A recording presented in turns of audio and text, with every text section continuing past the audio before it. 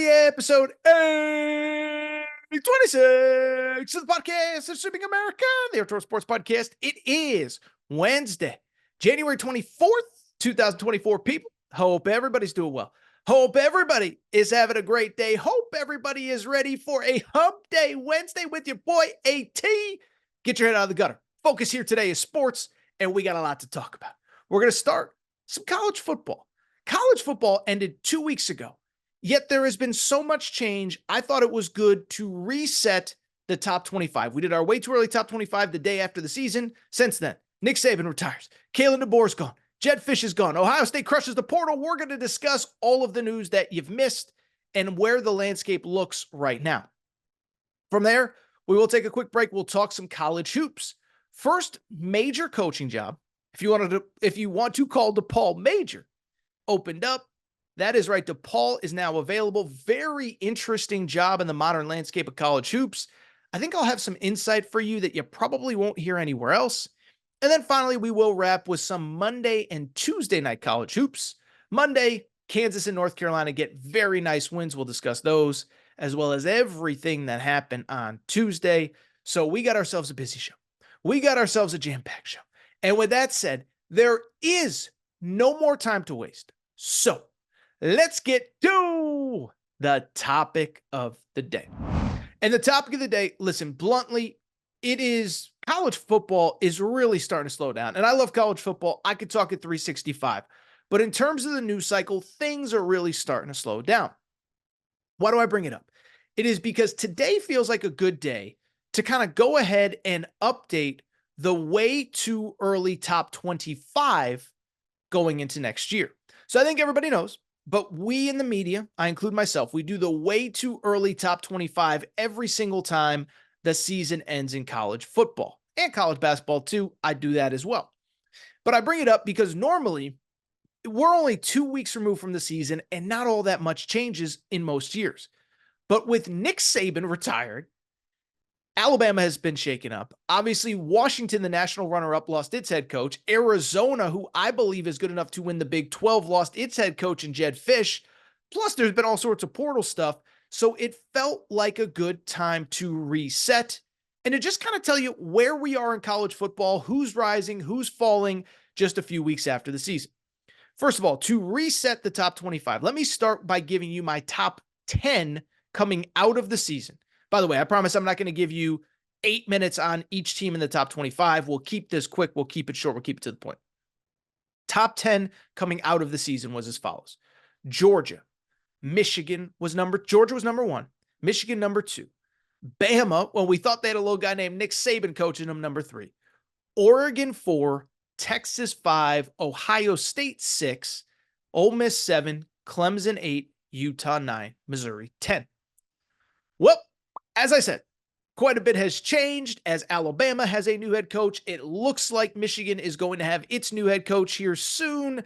They've definitely lost J.J. McCarthy. So let's give you an update on where AT's top 25 is coming out of just 2 weeks removed from the season. Crazy to think, by the way.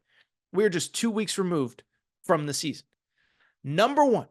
Remember, Georgia was my number 1 to start the preseason. Great team, whatever. Well, I'm here to tell you. My new number 1, drum roll please. It's the Ohio State Buckeyes. Now listen, what I would say, to me, it feels like Ohio State and Georgia are 1 and 1A, and you can go in either order that you want.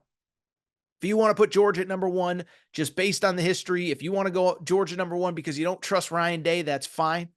What I'm here to tell you, at least in terms of frontline talent, Ohio State is so stacked, and they are my number 1 team in the country next year. Now, as you know, I've been a guy that questions Ryan Day, and I've actually been a guy that questioned the quarterback portal decision of bringing in Will Howard, the transfer from Kansas State. But at the same time, if Will Howard's even half decent, the talent around him is going to be so good that it doesn't freaking matter. Do you understand how much talent Ohio State has? Okay, and by the way, we've talked about a lot of this, so I'm not going to spend like 11 minutes telling you who all their guys are. But really quickly, Emeka Egbuka, their second leading receiver, decides to come back after this past season. He came into this past season projected as a first-round pick. He was injured, but 2 years ago, he had like 85 catches, okay? This was a first-round talent, got hurt. He's coming back. On top of that, Carnell Tate, number 1 wide receiver in last year's recruiting class, the 2023 recruiting class.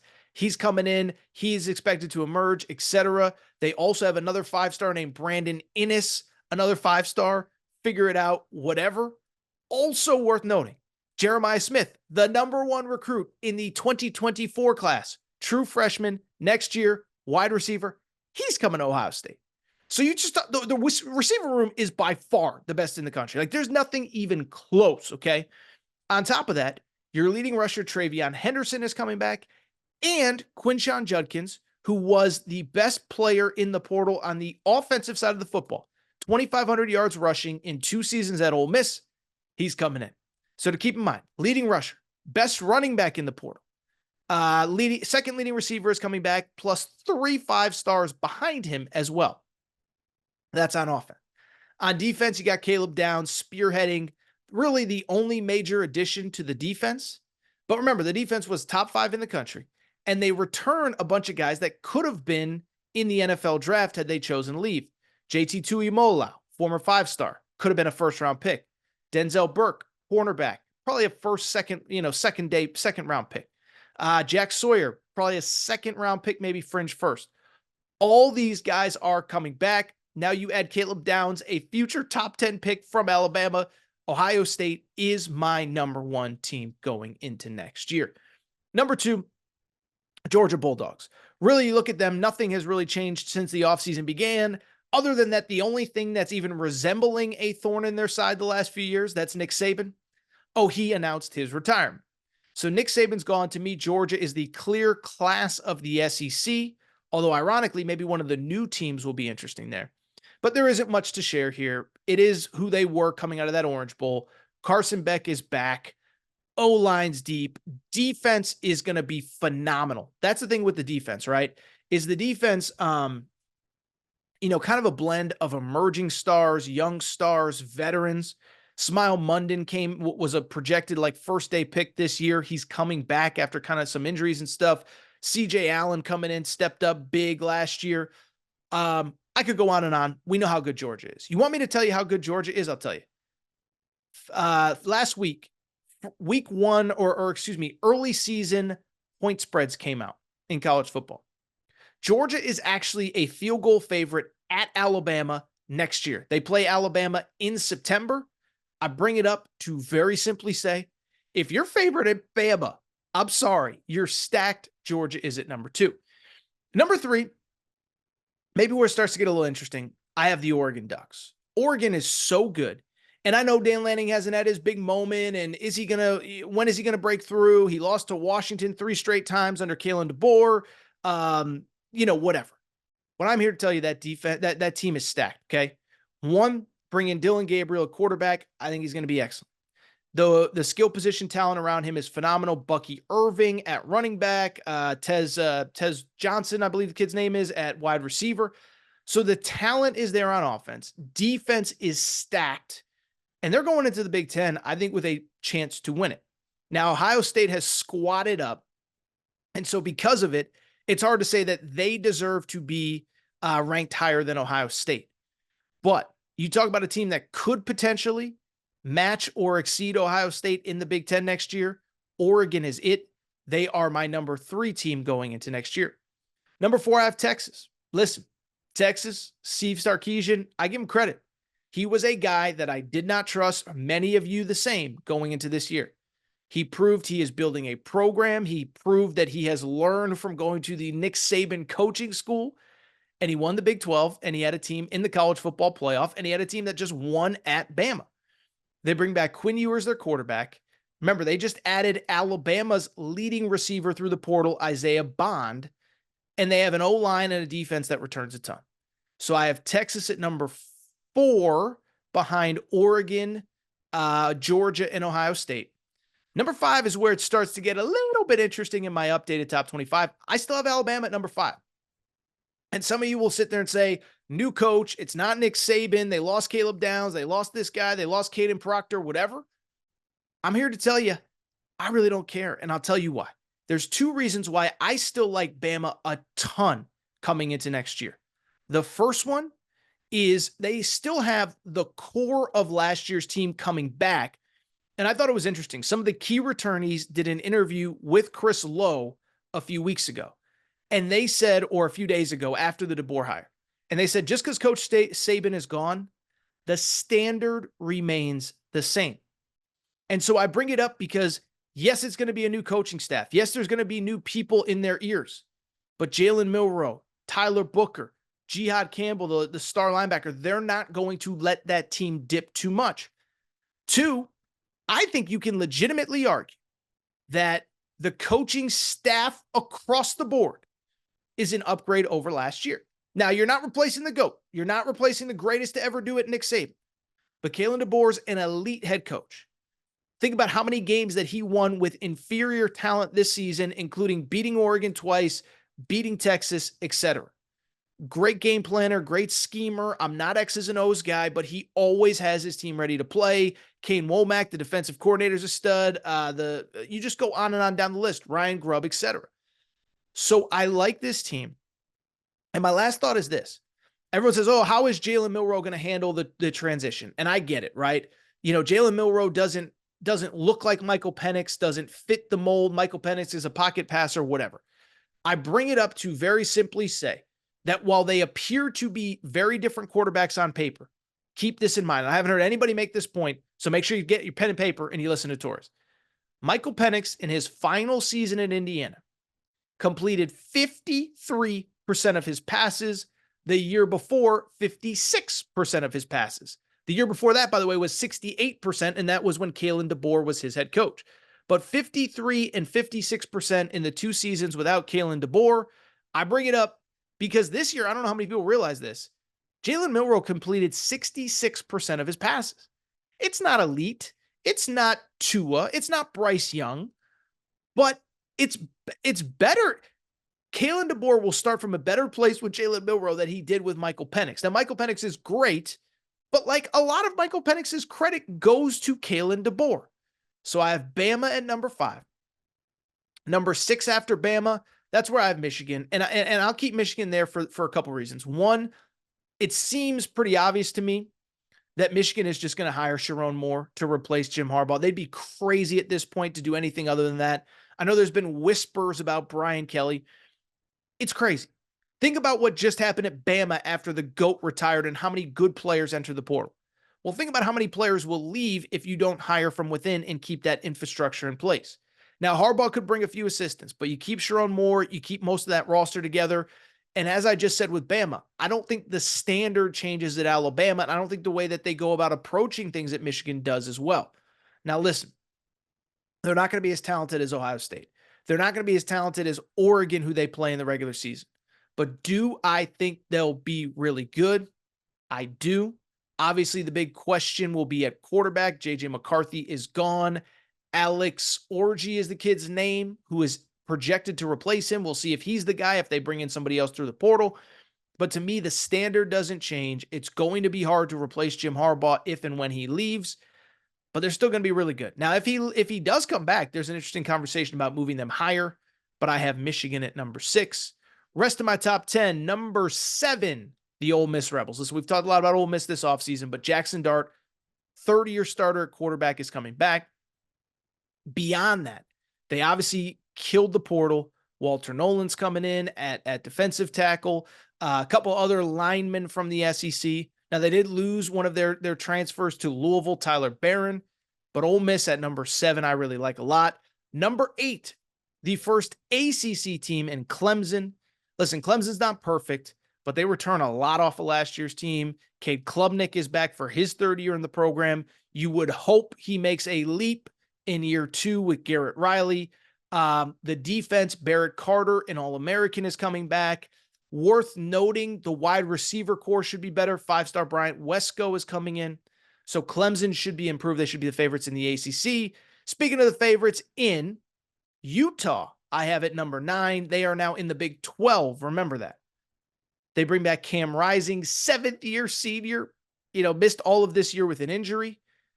Defense, run game, O-line is always great. Now you add Cam Rising to that. They were an 8-win team this year. I could see them being even better next year. And number 10, I do have Missouri. Missouri, like Ole Miss, they're not a traditional power in the SEC, but they return a lot of talent from this year's team. Remember, they won 10 games this year. Brady Cook, well, they won 11 when you include the Cotton Bowl, actually. But Brady Cook's back at quarterback. Luther Burden's back at wide receiver. They've upgraded the defense. I like Missouri at number 10. Not going to go through all of my top 25 as far as like a deep dive, but a couple other schools to keep an eye on. First off, number 11, I have Notre Dame. Number 12, I have LSU.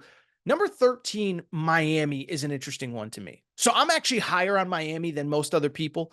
Now look, Mario Cristobal, is he Bill Belichick between the lines? Is he perfect? Is he Mike Tomlin? Is he Sean McVay? Is he Nick Saban? He's not. Didn't even know how to take a knee earlier this year. But that team's stacked. The O-line is really good, one of the best in the country. The skill position guys all return. Defense returns almost intact. And they added Cam Ward, the transfer from Washington State. This was one that kind of fell through the cracks. We didn't really talk about it. But remember, Cam Ward was projected to go to the NFL. He declared for the draft, but never signed with an NFLPA agent, comes back from Washington State. This was one of the most prolific passers in all of college football last year. And so you add him into a team that has no real weaknesses in an interesting season in which the ACC is kind of in that middle ground where Clemson is going to be okay, but whatever. Are they going to be great? We don't know. Florida State loses a ton.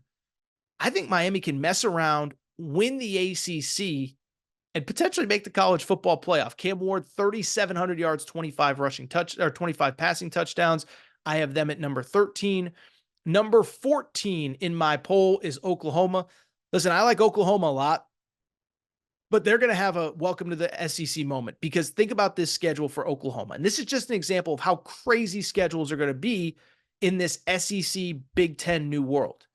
Oklahoma's schedule next year includes a home opener against Tennessee, Bama at home, Texas in Dallas where they always play, plus at LSU, at Auburn, at Ole Miss, at Mizzou.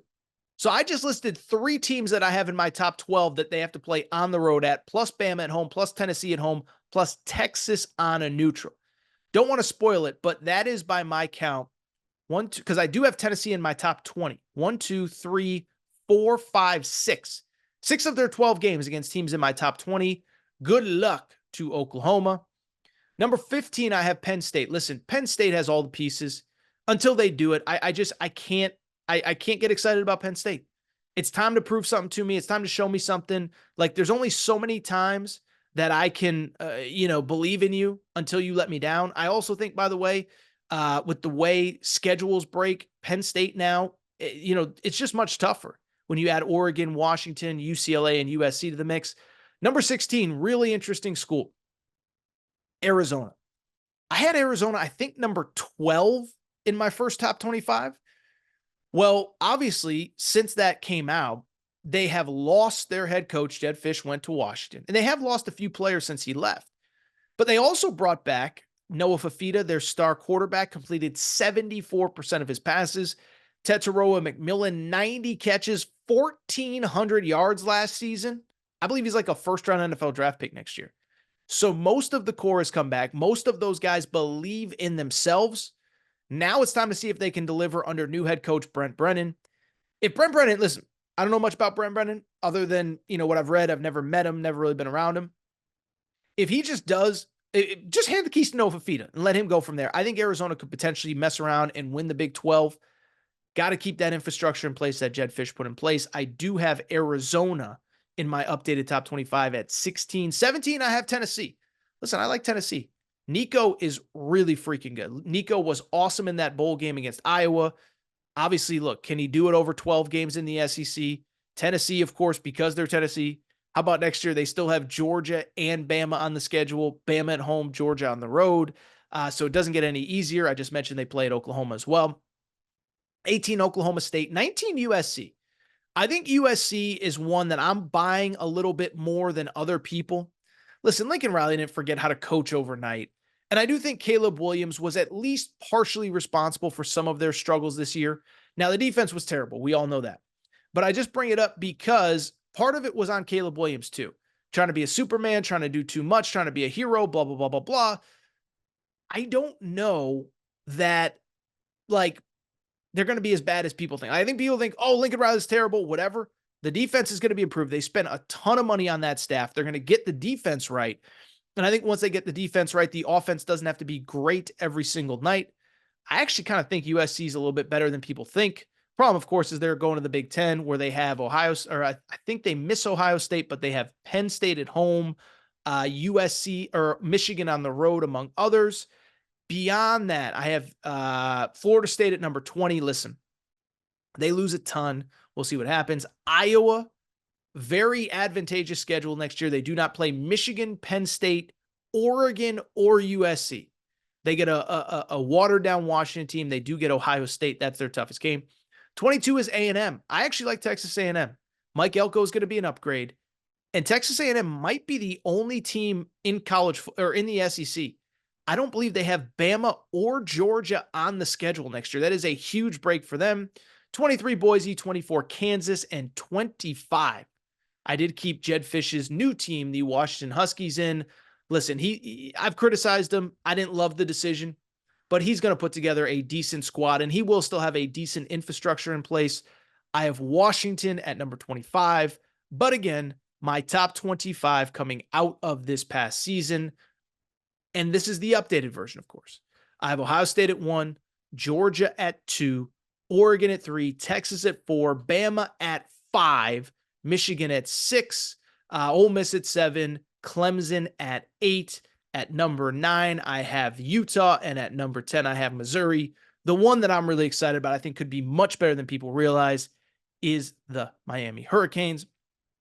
And by the way, depending on what happens, we may update this thing throughout the winter and spring as well, but that's where things currently stand. All right, so what I want to do, take a quick break, come back. When we come back, going to do a little bit of college hoops. I mentioned it. How about the coaching carousel getting spinning here in January? DePaul, you forgot about them. You forgot they were a power conference team. By technicality, they still are. They have a coaching opening. I have some interesting thoughts, a lot of stuff. I'm not sure you'll hear anybody anywhere else. Quick break. Be right back. All right, everybody. I'm back. Gonna be back. I do want to switch gears, and I do want to get to some college hoops. Now, we will get to the Tuesday night results here momentarily, and even a little bit of what happened on Monday night when both Carolina and Kansas won at home on the first big Monday of the year. But I do want to start with some off-the-court news, as for the first time this year, we have a job opening at the power conference level. Well, power conference, at least if you consider DePaul to still be a power conference school. But that is right. On Monday afternoon, DePaul officially parted ways with Tony Stubblefield, their head coach. And basically, I hate to say it, but his regime basically went exactly the way that really pretty much every other coach of my lifetime at DePaul's went. Overall goes 28-54 overall. That's a 34% win percentage. 9-38 in the Big East. That is a 19% win percentage. I'll be honest, that feels high to me. I don't remember them winning 1 out of every 5 games while Tony Stubblefield was the head coach in Big East play. But regardless, he is out. And so the conversation becomes who is next. Now, listen, we're not going to spend a ton of time on this. It's freaking DePaul. But I do want to hit on it for a few different reasons. One, it is a coaching opening. Everybody loves the carousel. And two, DePaul is kind of an interesting job where it's certainly getting, there are certainly fewer and fewer people that remember DePaul's heyday and remember DePaul being relevant. But this is a school that has been to multiple Final Fours. They went to a bunch of Sweet 16s and Elite 8s in the 70s and 80s. So there are some of you listening that remember DePaul being a national player. Now, again, it's been a long time. I mean, I was born in the mid 80s and I barely remember DePaul being relevant. So that shows you how long it's been. But it's an interesting job. And why I want to talk about it is because it's kind of a fascinating job from the dynamics of current college sports and really the push-pull, right? It used to just be history and tradition and where you located. It is a totally different deal now. And I think DePaul is a great microcosm for that. Matter of fact, before we even get to candidates, I think you can argue it is a much tougher job today than it was the last time it opened in 2001 or 2021, excuse me. That was when they hired Stubblefield. Bottom line is 2021, first off, the Big East was good, It ain't what it is right now, okay? I mean, I don't think it's an exaggeration to say virtually everybody is either in as good or better position than they were in 2021. UConn, obviously, Dan Hurley has them rolling at an elite level. Rick Pitino's now at St. John's. Ed Cooley, we think, will elevate Georgetown. Sean Miller is a monster to coach against Xavier, even though they're struggling. Thad Matta at Butler, on and on. So the Big East is tough. Beyond that, this is the important part. This is an NIL collective sport now, even in a way that it wasn't in 2021 when the job opened. 2021, we're kind of at the beginning stages of NIL. Nobody really knows what a collective even is. Beyond that, I can tell you for a fact, Illinois state laws at the time were very restrictive on what you could even do in NIL. Well, clearly the last 3 years that has completely changed. And now it is about, especially the power conference level, do you have cold hard cash? And DePaul is a school that at least on the surface doesn't appear to have a ton of it. So the number one thing is, can you get between the AD, Dwayne Peavy was previously at Kentucky as both Mitch Barnhart's right-hand man and also John Calipari's right-hand man too. Can you raise those funds? Can a coach help raise those funds? Because that's all that really matters. And so it's crazy to think about. I would even argue, and I promise we'll get to candidates in a minute, I would even argue the candidate list isn't even as good as it was a few years ago. Now, a few years ago, there was a lot of buzz about Kenny Payne, who obviously ended up at Louisville. Obviously, that would not have worked out well. But what I don't think a lot of people know, DePaul, this is a fact. I know it for a fact, multiple sources, multiple, people, whatever you want to say. DePaul was really far down the stretch with John Shire. They really were like this close to getting John Shire as their next head coach. What I can tell you is that the administration liked him. He wanted the job. He is from Chicago. And the highest of higher ups at the school basically said no. They basically said, look, we actually don't want to bring in a Chicago guy, because if you bring in a Chicago guy and it doesn't work, it's going to be hard to fire him. There's a lot of factions in the city and in the alumni and in whatever, kind of like hiring an alum. Like if Michigan has to try to fire Juwan Howard this year, good luck from a public perception standpoint. Obviously, Georgetown went through a little bit of this. So I can tell you they really like John Shire. There was some serious, little whatever with Dennis Gates, who's now at Missouri. Didn't work out, from what I've been told from both sides. It just wasn't a perfect fit at that moment in time. But I bring it up because those candidates would have been great. Unfortunately, neither of them happened. And now you got to regroup and try to do it in a much tougher Big East and in an NIL world that is unlike what it was a few years ago. Now, in terms of names, let me start by saying this. I think the best name out there is one that they are not going to pursue. I think it's Will Wade. I really do. And Will Wade is obviously the coach. Everybody knows got fired from LSU a few years ago, NCAA violations. But he's now back at McNeese State, which is in Lake Charles, Louisiana. I don't know how many people know this. McNeese State basically won at the buzzer on Monday night to improve to 17-2 overall this season. And so I know Will Wade has a reputation that precedes him, and he got caught on wiretap and blah, blah, blah, this and that. What I can tell you is that reputation is largely, I would say, not accurate based on people that I've talked to who have worked for him. He is, one, a basketball nerd, and he is not, people think they have this perception of, oh, he paid this, he did that, he did that. Dude is a tireless recruiter. I know for a fact, when he got that job at McNeese, he basically rented out an Airbnb, brought his assistants. They all lived there for about 6 weeks, and they were just on the phone all day recruiting every single day from sunup to sundown. And so I just bring it up because I truly believe he is a guy that will come in and he will get talent. By the way, for anybody who thinks, oh, he just bought a bunch of players. First off, do you see how many players from LSU are in the NBA right now? Trendon Watford, Cam Thomas, whoever. I can't think of everybody. But on top of that, they also have a lot of guys, Naz Reid, by the way, a lot of guys who weren't highly rated recruits. Tari Eason is in the NBA right now. He was a first-round pick out of LSU. He averaged 6 points a game at Cincinnati the year before he got to LSU. Will Wade turned him into a first round. So Will Wade is a great recruiter, a national recruiter. He's not tied to one area. He was kind of in that Virginia VCU area,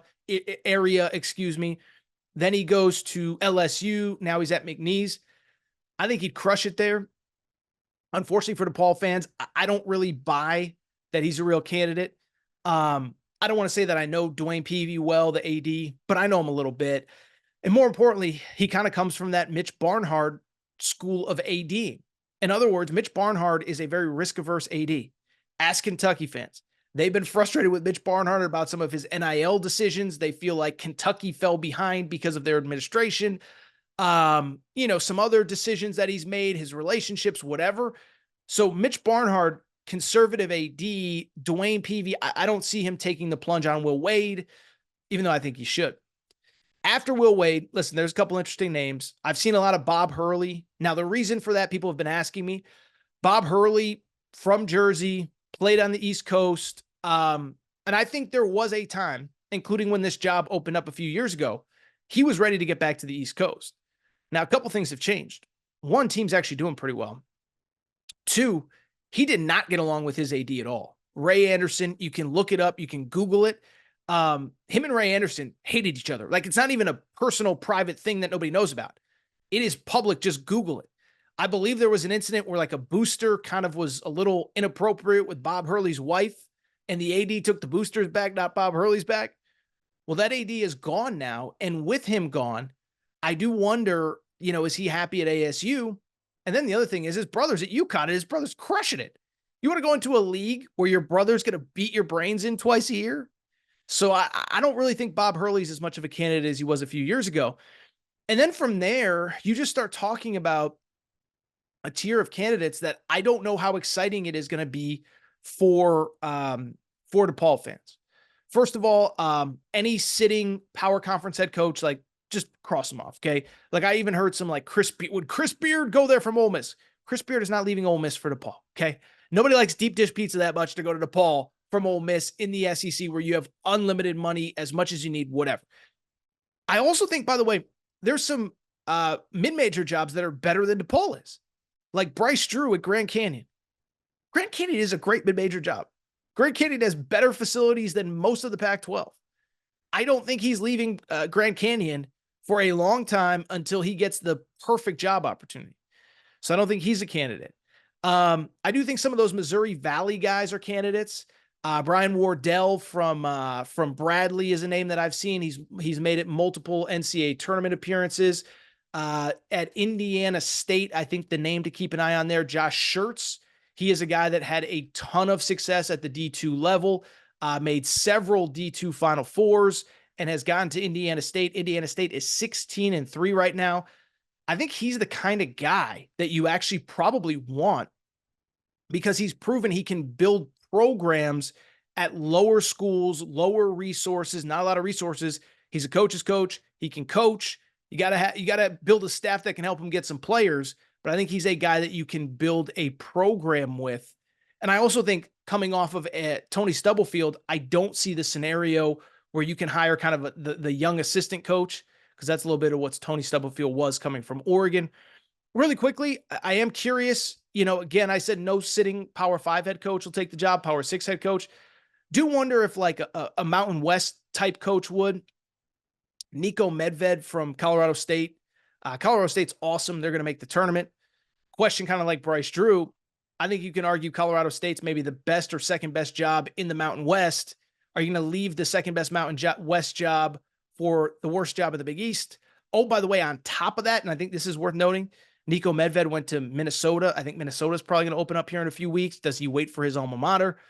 Maybe Leon Rice from Boise State. They've made multiple NCAA tournaments. He's talked to, there's been buzz about him getting out of there for a while. But this is one, man, I'll tell you, I don't envy Dwayne Peavy because, like I said, I think you can argue this is maybe the toughest job in all of college basketball, or in all of the power conferences. The NIL is going to be a factor. The Big East being a monster is going to be a factor. And I hate to say it, I'm not trying to ruin the buzz for DePaul fans. I think it's going to be hard to find a name that everybody's excited about. Now, the good news is Dwayne is super plugged in, super smart, knows people. I do think there is a possibility that he pulls a rabbit out of his hat that nobody is expecting.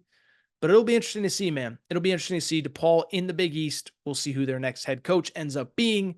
But like I said, I do not envy him. All right, everybody. I am back. Gonna be back. Final segment of the show. So good to be back. Do want to go in and wrap a little bit of college hoops, okay? So want to get to some of the games on Monday and Tuesday. And in my opinion, there really only is one place to start when discussing those games. I've talked a lot about the Kentucky Wildcats here over the last couple days. Talked about last Wednesday, we talked about the three teams I thought are a cut above everybody else: UConn, Kentucky, and Carolina.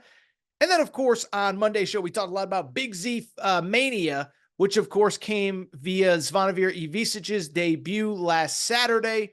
So there's been a lot of good with Kentucky, but obviously, when it goes bad, we got to talk about them as well. And so what I would say about Kentucky is there really hasn't been a game all year outside of UNC Wilmington in early December where they simply haven't shown up. Now, they lost to Kansas in a shootout. They lost to Texas A&M in a game they easily could have won.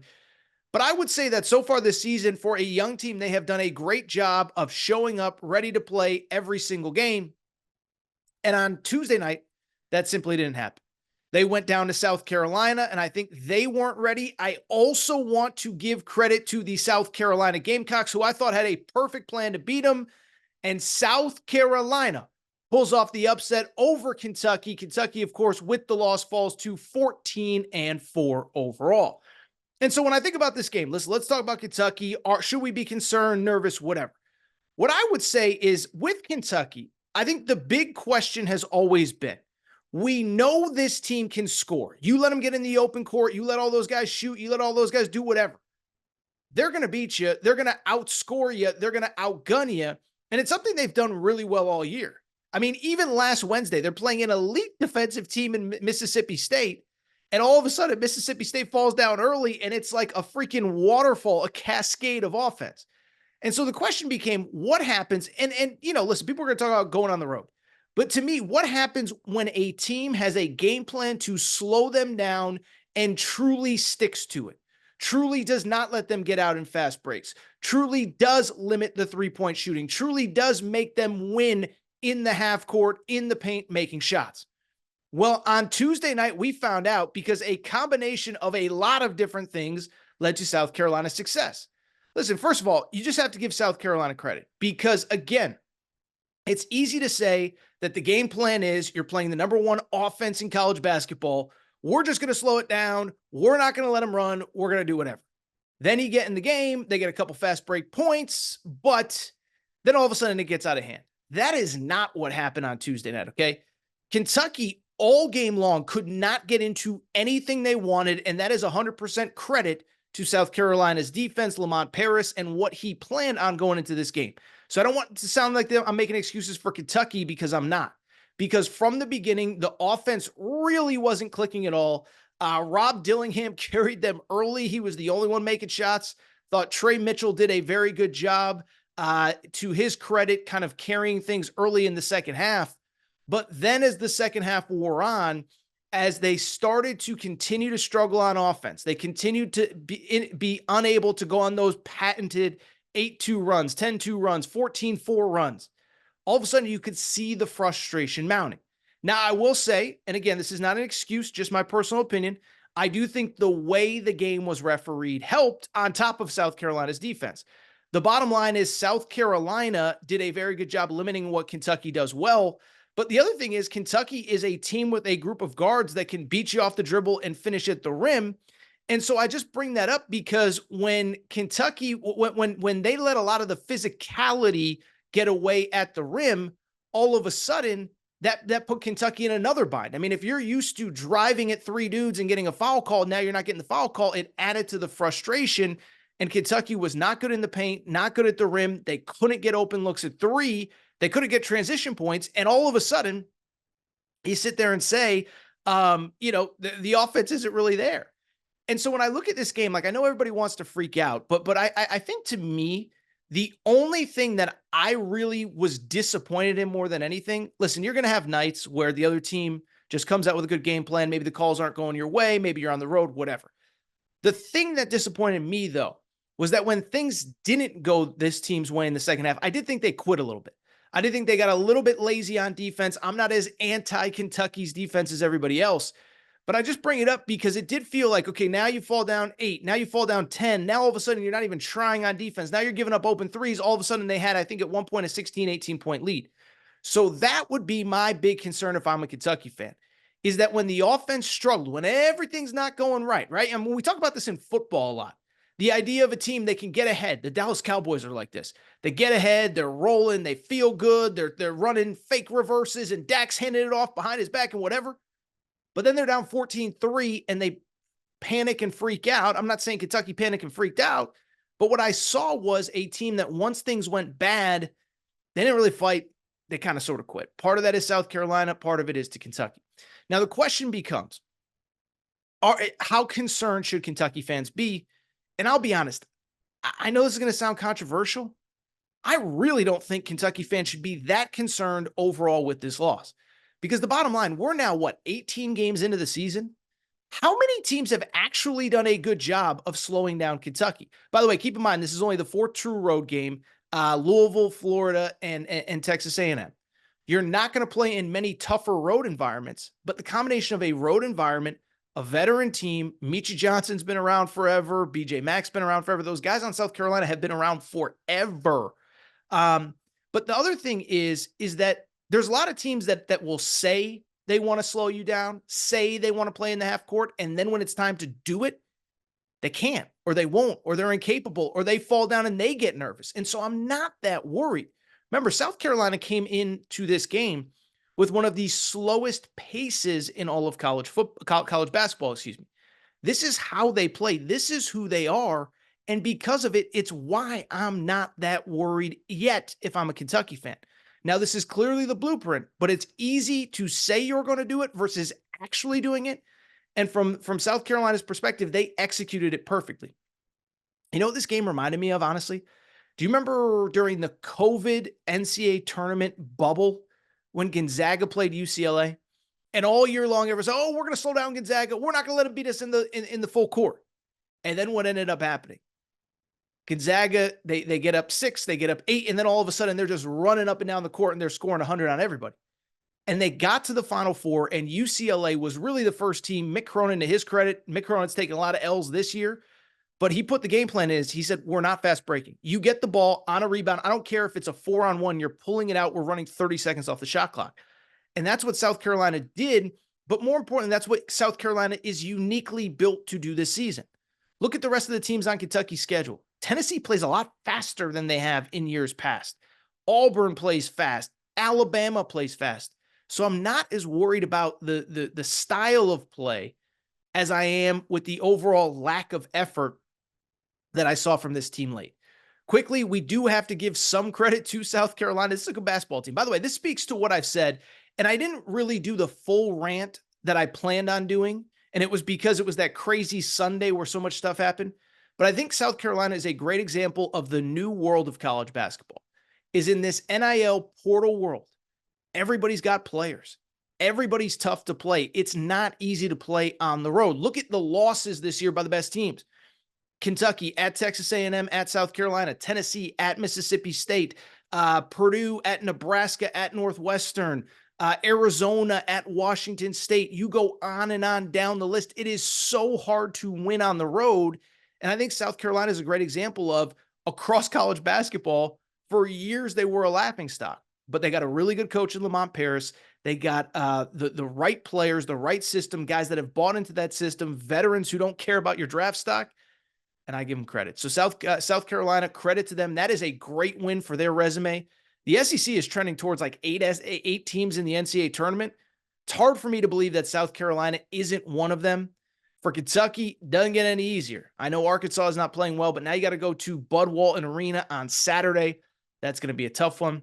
But credit to South Carolina, they were the better team and deserved to win. All right, let's quickly rip through the rest of a pseudo-busy Monday and Tuesday in college hoops. Now, I'll be honest, outside of Kentucky losing at South Carolina, there weren't a ton of marquee upsets. As a matter of fact, there's actually a lot of teams that aren't even playing this week.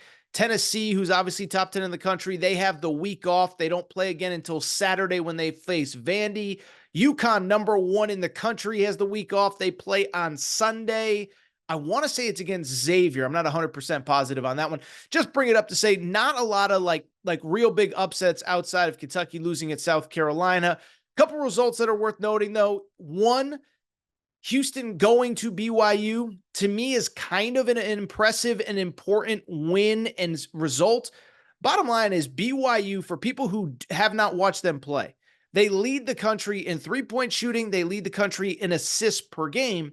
And so I bring it up because Houston, we know them. They're kind of physical, rebounding, defense, etc. I thought it was kind of impressive to be able to go on the road at altitude. BYU is ranked in the top 25, by the way, for people who have not been following. And really, I think most importantly, they were able to play BYU's game and still get the win. So Houston goes to BYU and gets that victory. They put up 75 points. That is a great sign to me, because Houston in years past, there have been games where kind of what we just talked about with South Carolina and Kentucky. If they can't dictate tempo, if they can't keep games in the 60s, they cannot win. They get 75 in the victory. Also in the Big 12, the only other real notable upset, if you will, Texas takes care of Oklahoma. How about those Texas Longhorns going 2-0 since Rodney Terry complained about the horns down, baby? That's right, Texas. They had basically a buzzer beater against Baylor on Saturday. They beat Oklahoma in the Red River shootout, if you will. Basketball-wise, Oklahoma was ranked number 11 in the country. Staying in the Big 12, we'll go back to Monday night. Kansas, I thought, got a nice win over Cincinnati. By the way, Torres gets a lot of stuff wrong. Remember on Monday's show, though, I told you about a kid named Johnny Furphy. Love the name, by the way. We got some great names in college basketball. Remember a few years ago, we had Joel Ayay from Gonzaga? Well, we got Johnny Furphy at Kansas. And I said to you, listen, I'm not worried about Kansas. They need to build some depth. And Bill Self is basically forcing this kid into the lineup to get him reps and minutes. And I bring it up because he finished the game on Monday night against Cincinnati, 23 points, 11 rebounds. Now, listen, I watched the game. It wasn't as though he was shooting from half court. He wasn't whatever. It was a lot of putbacks and stuff around the rim.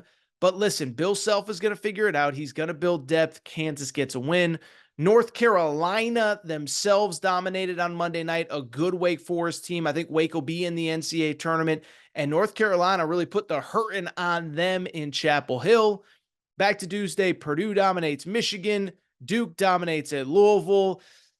I think that's really sort of it. I'm trying to see any other results. Creighton, I thought, got a game from Xavier, but they hold on. And that's really it. Kentucky was the result that is worth noting. They lose to South Carolina. We just talked about that. One game to keep an eye on Wednesday night. We got the old Iron Bowl on the basketball court. Auburn at Alabama. Alabama, of course, is coming off that loss to Tennessee. Where it gets interesting, though, Auburn, they're really, really, really good. Auburn's like 16-3 right now. Let me check that record while we're recording here. They're very good, but the crazy thing about Auburn is they really haven't played a lot of upper level competition. 16-2, excuse me. Their only losses, how about this, at Appalachian State and against Baylor in the season opening game. They have a lot of really nice wins. Auburn, Indiana on a neutral court, USC at home. They just destroyed Ole Miss at home this weekend. But this will probably be their biggest test on the road against their cross-state rivals. Alabama desperately needs a win. Nate Oates, I thought, had some interesting comments at his Monday media availability. Basically said, we've proven we can beat the bad teams. Are we going to step up, and are we going to show up ready to play against the good teams? Well, we will find out Wednesday as Auburn travels to Alabama. And we'll recap that game, by the way, on Friday's show. Friday will be busy. I feel like by then we'll have some Harbaugh news if we don't have it already. Basically, bottom line is, we got a lot of news on Friday, but I think that's all for today's Wednesday Aaron Torres pod. So it is time for us to get out of here. Appreciate everybody's support. Couple things. One, if you're not subscribed, what are we doing? What are you doing? Make sure to subscribe to the Aaron Torres Sports Podcast, Apple, Spotify, etc. Make sure you're subscribed on YouTube, closing in on 33,000 subscribers. Appreciate everybody's support there. Make sure you're following on social media, Aaron_Torres on Twitter, Aaron Torres Pod on Instagram, Aaron Torres Pod on TikTok. Love the TikTok account. Big TikTok guy, Torres. And make sure if you have any questions for the show, Aaron Torres Podcast questions @gmail.com. Aaron Torres podcast questions at gmail.com. I think that's all for today's show. Like I said, we'll be back on Friday. We'll talk some more football. Heck, we'll probably preview those AFC and NFC conference championship games as well. Time for me to go. Appreciate everybody's support. We will be back on Friday. Shout out to Torrin Craig. Shout out to Rachel, who hates my voice. Shout out to JJ Redick, you F-head. Unblock me, bro. Shout out to Pat McAfee, too. You need to unblock me, too, bro. I like your show. Why you hating Torres? I'll be back on Friday. New episode, Aaron Torres Pod. Have a good day, everybody.